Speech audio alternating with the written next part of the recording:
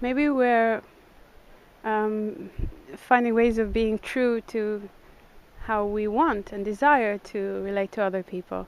So I take the example of couchsurfing, where, it's kind of nice having random strangers stay at your place, and you get to meet all of these amazing new people, and you get to hang out, and it's very different from, the idea that you should be in a in a home that you own, that you have closed access to, and it's your property, and you need to work an entire lifetime to be able to fund this amazing home that you will then lock people out of, as opposed to, you know, sharing it with the world, literally.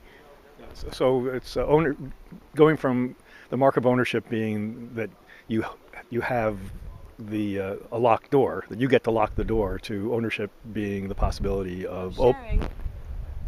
Yeah, the capacity to share with other people, and yeah, and that it goes both ways.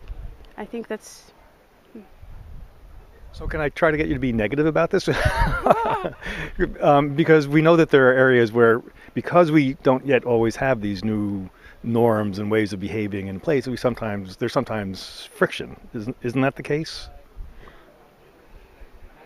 Yeah, but on the other hand, we have frictions in families, and we have frictions with siblings, and as a general rule, we don't tend to disown them because we don't really get along. It's only with few exceptions that actually happens. So I would say it is conflict filled, but any relationship worth having anyway.